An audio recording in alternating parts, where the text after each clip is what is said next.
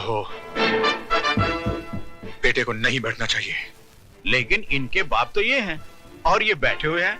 बाप थे जब ये सिर्फ बेटा था, अब ये मुजरिम है। कानून इसका बाप है। Just who do you think you are, Inspector Khan? I don't think. I know who I am. मैं भारत सरकार का सिपाही हूं, जिसे हक दिया गया है कि जो कानून की लकीर पर पांव रखे, उसके पांव काट कर फेंक दो। इंस्पेक्टर खान, तुम्हें यह वर्दी सिर्फ इसलिए मिली कि तुम मुजरिम को गिरफ्तार करो, इसलिए नहीं कि तुम उसे सजा भी दो। और आपको यह काला कोट इसलिए दिया गया है कि आप सच्चाई को अदालत के सामने पेश करें, इसलिए नहीं कि अपने मौकिल की भड़वागिरी करें। अरे जिस रुमाल से आप अपना मुंह साफ करते हैं, उसी रुमाल से आप अपने मौकिल की गंदगी साफ करते हैं। वाह, आपकी तो तारीफ करनी पड़ेगी इंस्पेक्टर खान। एक पब्लिक सर्वेंट होके पब्लिक के साथ कैसा सलूक कर रहे हैं। थोड़ी तारीफ अपने बेटे की नहीं करेंगे, जिसने एक मासूम लड़की की इज्जत छोटे छोटे बच्चों के सामने नीलाम कर दी। तुम मिडिल क्लास के हो ना, तुम्हें क्या मालूम कि अय्याशी क्या होती है, दौलत का नशा क्या होता है। वो सारा नशा 7 साल की सजा सुनते ही उड़ जाएगा। वो मैं अदालत में देख लूंगा। चलो बेटे, let's get the hell out of here.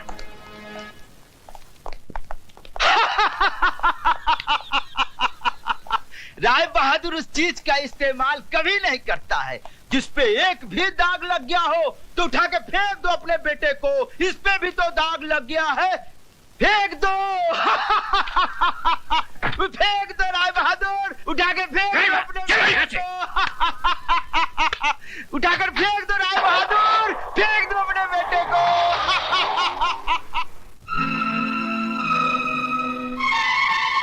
Rai Bahadur उस चीज का इस्तेमाल कभी नहीं करता है जिस पे एक भी दाग लग गया हो तो उठा के फेंक दो अपने बेटे को।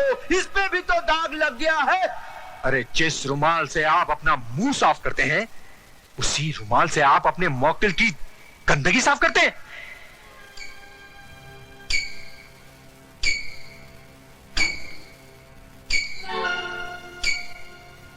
बड़ी मलिक, चाय।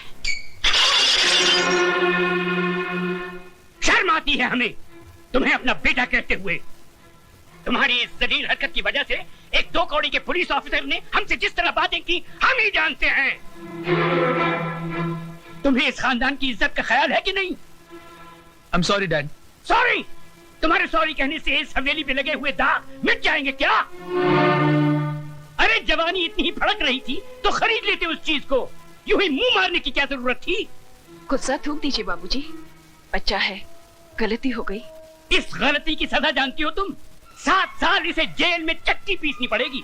इसकी आंखों की चमक और इसके गालों की लाली बुढ़ापे के अंधेरे में बदल जाएगी। ऐसा कुछ भी नहीं होगा बाबूजी, अगर आप थोड़े ठंडे दिमाग से काम लेंगे तो। मतलब? हैसियत ही क्या है उस लड़की की? कौन है वो? गरीब, बेबस, बेसहारा। ऐसे लोग गला फाड़ फाड़ कर अगर सच भी बोलें तो दुनिया उसे झूठ ही मानती है। पुलिस वाले सबसे ज्यादा बात उसकी मानते हैं जिसके पास दौलत है। मगर ये काम आसान नहीं है बहू। FIR दर्ज हो चुकी है और दर्ज करने वाला पुलिस ऑफिसर कोई आम आदमी नहीं थे। वो एक जिद्दी इंसान है जिसे ईमानदारी की बीमारी है। वो मर जाएगा मगर टूटेगा नहीं। तो फिर चोट वहां कीजिए बाबूजी जहां दीवार कमजोर हो। ज्ञानी करतार सिंह एक मामूली गैराज का मालिक है। उसकी जिंदगी गुजरी है टूटी फूटी कारों के बीच में। चमकती कार में सवार होकर जाइए और उसके कालिख लगे हाथों पर चंद चांदी के सिक्के रख दीजिए। 2 मिनट में उसकी आंखें चुंधिया जाएंगी। चलो तो फिर ये भी आजमा के देख लेते। ज्ञानी जी, इंसान गलतियों का पुतला है। गलती ना करे तो वो भगवान बन जाए। एक गलती मेरे बेटे से हुई है और वो भी जवानी के जोश में। जवानी के जोश में हुई हो या दौलत के नशे में, गलती तो गलती होती है और हर गलती की एक सजा है जो इस मुल्क का कानून अदालत में सुनाता है। 2 खानदानों की बातें अदालत तक जाएं, हमारी और आपकी पगड़ी बाजार में उछाली जाए। हमारी पगड़ी तो आपके बेटे ने उछाल दी, अब आपकी पगड़ी की बारी है।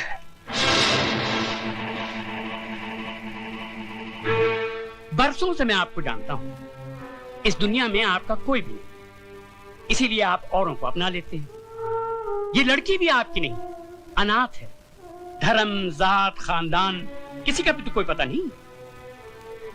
मैं चाहता हूं कि अदालत और कानून के दांवपेच में न उलझकर हम कोई सीधा सा रास्ता अपना ले तो। जो रास्ता सोच के आए हो राय बहादुर, वो भी बोल दो।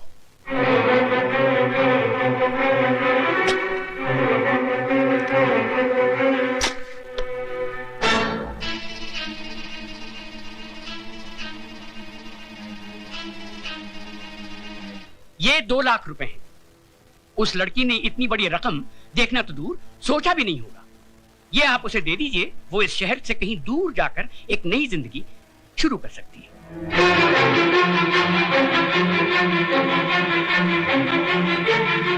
राय बहादुर, सुझाव तुम्हारा बहुत अच्छा है। जरा 1 मिनट यहीं ठहरना, जाना नहीं। 1 मिनट। हाँ,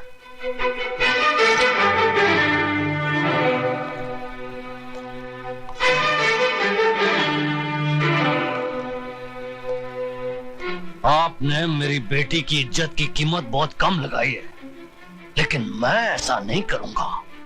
ये 2 लाख नहीं, 4 लाख रुपए हैं। अपने कार की बहू को रात को मेरे साथ सुला दो। ये करतार सिंह, यकीन मानिए, मैं मुकदमा भी वापस ले लूंगा। बाकी की जिंदगी आपकी बहू इस शहर से कहीं दूर जाके बिता सकती है, बड़ी खुश हो जाएगी। तुम उस मामूली लड़की का मुकाबला मेरी बहू से कर। चुप है, वरना इस कार से तू नहीं, तेरी लाश जाएगी।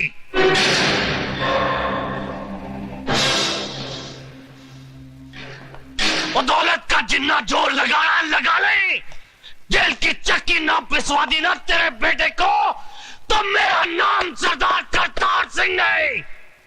फुटे चक देगा तुहाडे सबदे।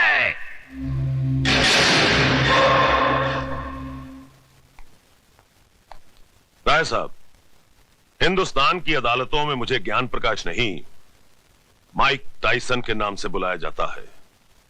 जिस तरह वो बॉक्सिंग रिंग में उतर के घूंसों की बौछार कर देता है, उसी तरह मैं अदालत में गंदे और अश्लील सवालों की बारिश कर देता हूं।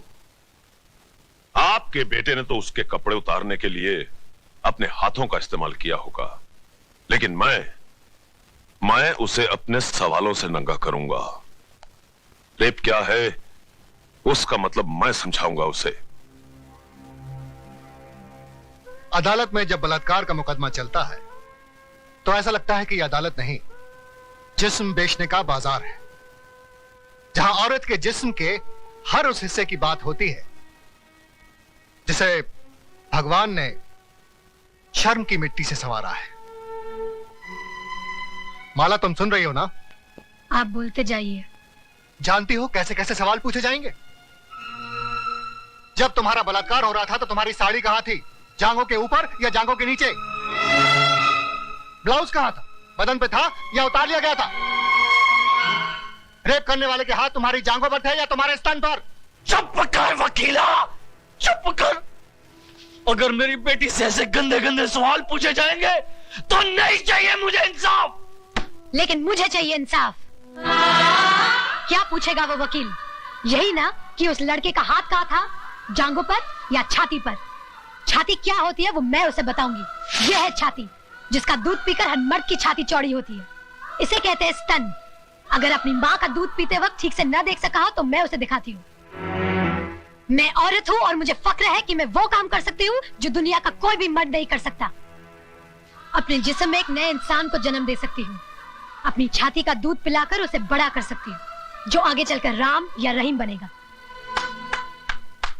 शाबाश माला, शाबाश। अगर हिंदुस्तान की हर औरत तुम्हारी तरह बेखौफ हो जाए तो इस समाज में औरत को वही दर्जा मिलेगा जो उसे मिलना चाहिए। शाबाश।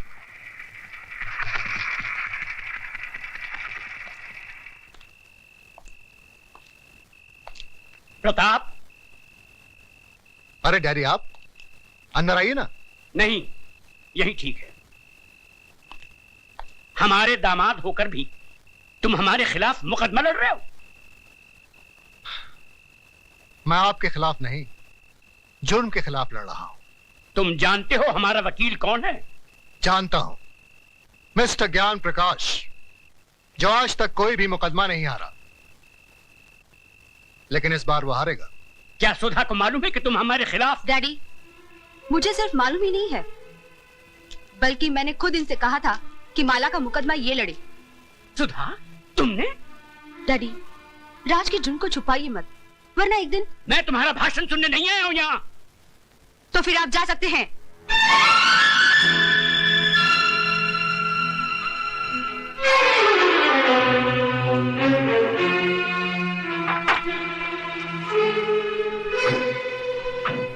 माय लॉर्ड, आज इस अदालत में एक बलात्कार का मुकदमा आया है। बलात्कार यानी कि एक लड़की के साथ जबरदस्ती करके उसकी इज्जत को लूटना। मेरी राय में ऐसे अपराधी को गोली मार देनी चाहिए।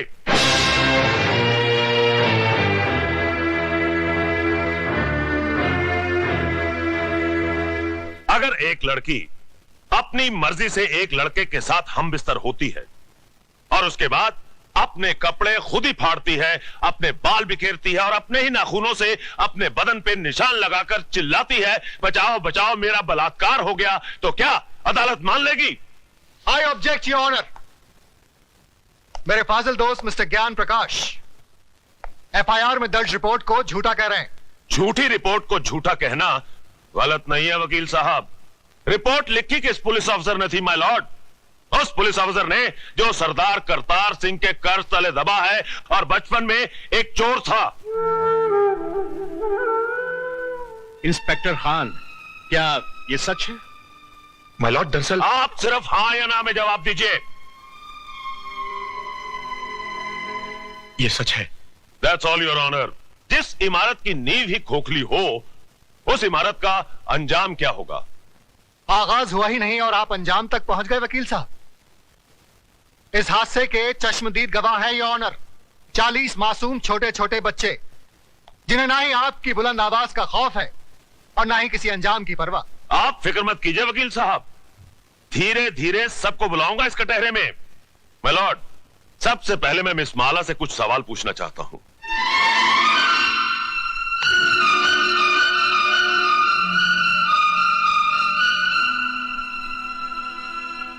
मिस माला, आपका यह कहना है कि मेरे मुवक्किल मिस्टर राज ने आपके साथ बलात्कार किया, लेकिन मेरा यह कहना है कि आप अपनी मर्जी से उनके साथ हम बिस्तर हुई और उसके बाद उन्हें बदनाम करने के लिए आपने उन पे इल्जाम लगाया कि उन्होंने जबरदस्ती आपकी इज्जत ऐसा लूटी। धंधा आपके खानदान की लड़कियां करती होंगी, मैं नहीं करती। You bloody! खबरदार, जो एक भी लफ्ज गलत बोला तो आपको शर्म नहीं आती अपनी बेटी जैसी लड़की से ऐसी बात कहते हुए?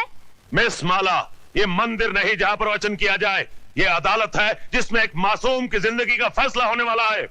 जिसने मेरी जिंदगी को गाली बना दिया वो आपको मासूम लग रहा है, इसलिए कि उसने आपके जेब में हरे हरे नोट भर दिए?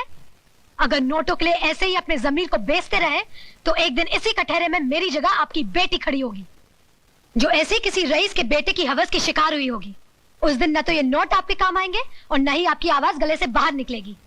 गुनहगार को सजा दिलवाने के बजाय आप उसकी तरफदारी कर रहे हैं।